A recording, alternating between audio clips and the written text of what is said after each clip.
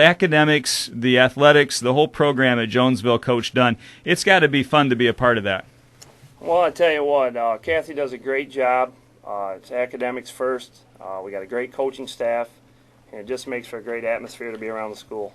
It's also fun when you're winning games, and you guys have been doing a lot of that. Last year, you were second in the Big 8 Conference. You took a district championship, tough loss in the regional. What about that as far as carryover from one year to the next? If you have a successful season like that, does it make a difference in the season that follows? Well, the kids coming up and the kids coming back, Jonesville basketball, they expect to win. They've been doing a great job. It's really been a great run we've had the last decade that I've been here, and it's been a pretty good tradition of winning, and I think it just feeds off each other year to year. Well, what are some of the highlights of that run? You say the last 10 years or so since you've been coaching there. What are some of the big moments? I think we've averaged around 15 wins this season, which is pretty good. I got to give a lot of credit to my brother. He's the one that got me into coaching. I started at 7th grade boys basketball, and the girls job came open, and I really asked him if I would be able to do it, and he thought I would. And it's just been a great transition. I love the girls. We've won a couple league titles, 3 district titles, and we had a great regional game last year, a heartbreaker that we lost on basically a last-second shot. Well, your brother Bill was Comet basketball for the boys team for all those years. You look at Coach Morrison, the rich heritage that these academic programs, these athletic programs have had at Jonesville, and to get the girls team up to that level to be talked about in that conversation has got to be special. Oh, yeah. Bill's just a great guy. He was my brother. He's my best friend. He just built stability in the basketball program, and if I can do half as good as he did, then I think I'll be doing a good job. You're 6-4 coming into the season, and I want to bring in Shayla and Kelly, a couple of the senior captains on this basketball team. You've played 10 games so far. What would you say is the best win of the 6 that you've put on the board so far? I would say Camden. That was the holiday tournament. Camden's got some veteran players, a good senior class in Morgan Warfield. How did that game go? We were really aggressive. We shot the ball well. It's a close game until the fourth quarter. So, Talk a little bit about your style of basketball. What are your goals going into the game? Besides the obvious, outscoring the other team, what do you guys try to do defensively and offensively on the floor? Well, most of our goals before the game: shoot 60% from the line, out rebound, tough D, and first ones down the floor every trip.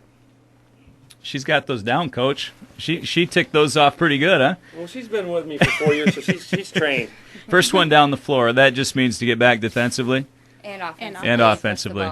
Try to get up and down and score easy, high percentage baskets. We're talking with the Jonesville girls varsity basketball team. They are 6-4 this year, 2-2 in the Big 8 Conference. I love the Big 8. If you listen to the show, you know I'm a huge fan of the Big 8 Conference. Every night in that conference, it's a big rivalry night. Whether it be Quincy or Reading, you go right Union City, right on down through the list. Talk a little bit about how you see the league shaping up this year, as far as who you have to really look out for. Everyone.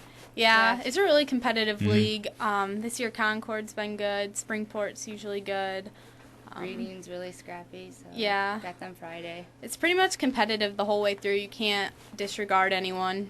Not a lot of nights off in the Big No. 8. Reading Friday night. Where is it? What time is it? Let's promo that one. It's at Reading. JV's at 6. Varsity 7:30.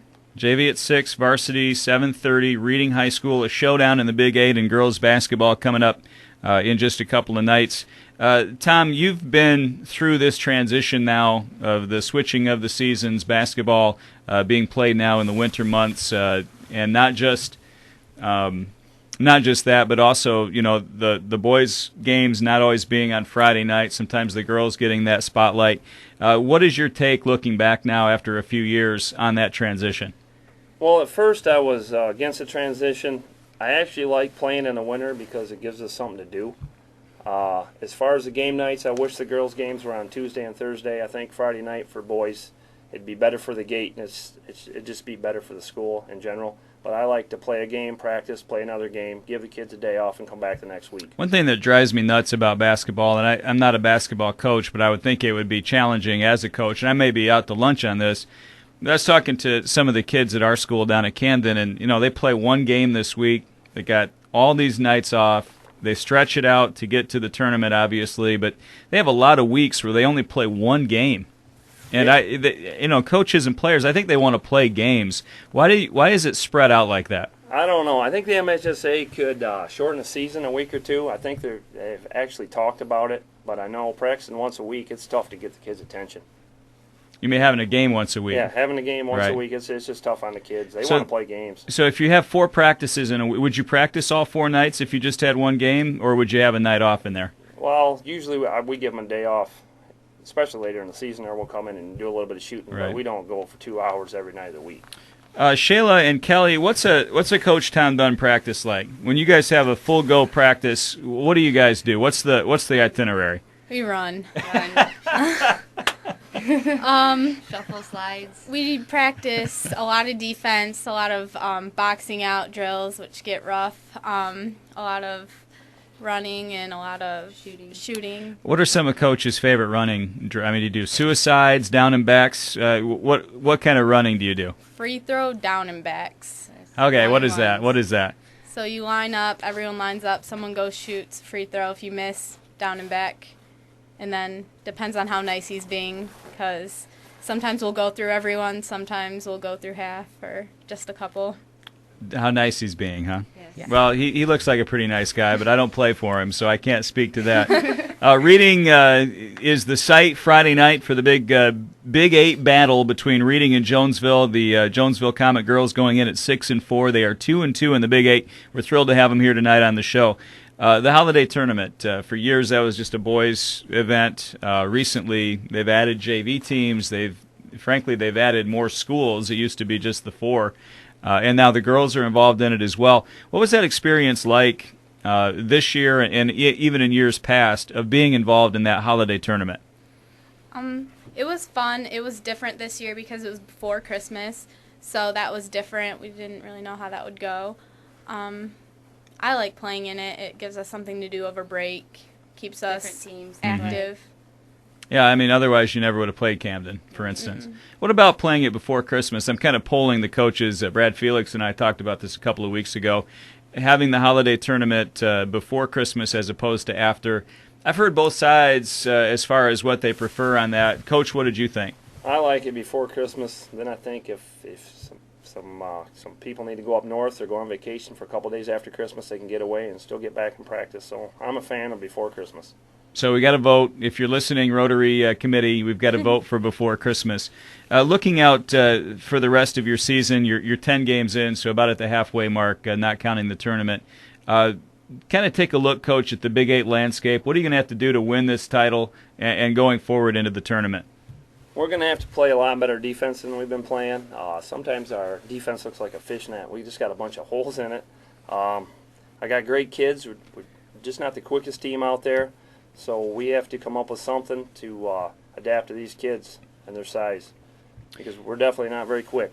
You know, that's a thing that Coach Felix struggled with a little bit last year. He likes to run a trapping style and get up the floor quickly, and last year he really just didn't have that kind of skill set on his team and had to adjust a little bit what he did. Is that tough if you have a plan that you like to stick with and having to kind of change it for the personnel that you have? Well, that's all part of coaching. My style is try to get up and down the floor and press and trap and run, and I just don't have the horses this year to do it, so I'm not going to blame the kids. It's on the coaches. We just have to adjust and go from there. So you're running clock and dumping it down to the block and running some kickouts for threes and that kind of stuff. We're shooting a lot more threes this year than we ever have. I think we put up almost 200 already for the season. How you doing with that? We're right around 30%, which is very good for girls basketball. So you can live with the shooting out there. That's right. Absolutely. When you're not playing basketball, I know it's really busy this time of year for you players because you have practices and all the commitment with your schoolwork. What do you have time to do in your free time? What do you guys like to do? Hang out with friends. Hang out with the friends. Yeah, I get that one a lot. Hang out with friends. Do you have the texting? Yes. All of my students have the texting now. Of course. Yep. They're text, but you don't text when you drive. No. Time Out with Andy Brown is a big supporter of the Don't Text and Drive movement, and we promo that all the time. And here are a couple examples, kids. Shayla and Kelly, they never text while they drive. It shows that it can be done. Do you guys play other sports in addition to basketball? Yep.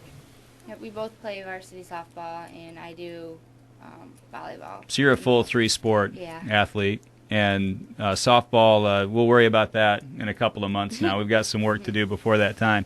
6-4 coming in to our broadcast tonight. 2-2 in the Big 8, second in the league last year, a district championship. Do you guys get a banner or something up in the gym to commemorate that district title? We get a record, like we'll say 2010, I believe, on the wall for district champ. Congratulations. Thank you. Nobody can ever take that down. That's right. Those are special when you're able to hang that banner. Where's your district at this year, Coach? We are at Bronson, and the winner of ours gets to come to Jonesville for the regionals. So it'll be nice to pull one out there and play in front of the home crowd. It doesn't stink to host the regional, does it? No. It's got to be an advantage. And especially in your gym. I mean, the other great thing about Jonesville is just the facility setup. I mean, you guys are all over the place playing basketball. It's got to be kind of nice to know that you guys have the best facilities anywhere. Yeah, it's really nice. And that's a credit to your community. I mean, the community of Jonesville decided that they wanted that for their kids, and they made that happen. And boy, you go up there, it's a beautiful place, and you've got that facility that's really exciting. And the best thing is you're winning ball games. I mean, look at the boys' team this year. You said they were undefeated. That's got to be kind of fun, too, in addition to how well you're doing, to have the guys doing so well. Mm-hmm. Definitely. Is there a little rivalry there? I mean, do you guys get along pretty well between the teams, or how does that work? Our teams support each other. The guys come watch us. We watch the guys. But there's still sometimes when the guys are like, oh, we have a better season, but we're like, oh, we'll get you back. I've never known high school boys to have egos like that. I've never seen that before. Never. We're speaking with the Jonesville Comet girls here. They're having a great year, 6-4, 2-2 in the Big 8. What does it mean? I'm going to let you guys go here in just a minute, but before we wrap it up, what does it mean to be a captain on a basketball team? What kind of responsibilities accrue to you having been given that title? I think you really need to show leadership, show like good sportsmanship on the floor, talk in practice, help people out. Is that tough as a captain if you have a bad night or if you get a little bit frustrated with how things are going? I mean, in the back of your mind, you got to be thinking, okay, I have to be careful how I'm emoting here because the other players are looking at how I respond. Yes, very. Yeah. There's times when it's hard to keep your Control cool. your emotions. Mm-hmm. Yeah. Coach, is that something that you talk about as far as that kind of mental toughness on a daily basis? Yeah, I'm probably harder on these two guys than anybody on our team. Right. But, that's just the way it is. They're great kids. They deserve to be captain. Their peers voted them captain, and I get after them. They get after the other kids a little bit, and we're all one big family. Beyond these two seniors, talk a little bit about the makeup of the rest of the kids. We have one freshman guard. We have 7 juniors and 5 seniors total. So we're going to have a good nucleus coming back next year. We have 4 or 5 kids over 5'10". We're lacking the guard position a little bit, but we have a great team. A lot of kids are, they're equal. They can all do something a little bit better than each other, and so practices are real competitive, and it makes for a good time. It's funny, Coach, because when we came in the studio, the girls were a little nervous about what I was going to ask them, and I said, I'm going to ask you the Pythagorean theorem, and they both just ripped it off, like, right off the top of their head. I mean, you mentioned coming in that these kids, in addition to the work they do on the basketball court, they take care of business in the classroom, too. I'm going to go out on a limb. I'm going to say probably this is the smartest team I've had grade point-wise, and I hope at the end of the year they'll be academic all-state. So it just makes it better all